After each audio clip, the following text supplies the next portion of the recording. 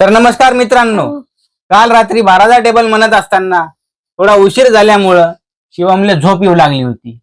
तरीही त्यानं म्हटला, पण ते जरा गोंधळच चालला होता. गोंधळच चालल्यामुळं त्याचा टेबल पहिल्यानं चुकला, नंतर त्याने बरोबर म्हणला. पण आता काल असं म्हटलं होतं की उद्या आम्ही दिवसाच टेबल म्हणेल, म्हणजे शिवम गोंधळाचं काही कामच नाही, झोप यायचा विषयच नाही. तर आता रात्रीचे म्हणण्यापेक्षा सायंकाळचे 5:10 झालेले आहेत. तर आता शिवम आपल्याला 13चा टेबल बोलून दाखवणार आहे. म्हण.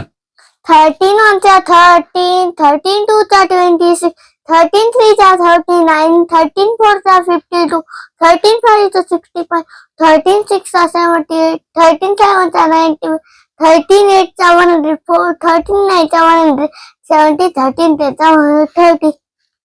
आता एवढा फरक पडते आहे का नाही? बरं, त्याला झोप येऊ लागली होती म्हणून त्यानं काल 12चा टेबल म्हणत असताना थोडा ते अडकला. पण आता 13चा म्हणताना ते अडकला नाही, म्हणजे याचा अर्थ माहीत चुकी आहे.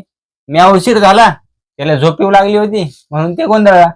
आता आपण मी रोज गोंधळतो ना, मग याच टाइम घेत जा रोज टेबल. आता याचं म्हणणं याच टाइमला घेत जा, म्हणजे आता थोडी मला सुधारणा करणे आणि दिवसाच टेबल घेणे.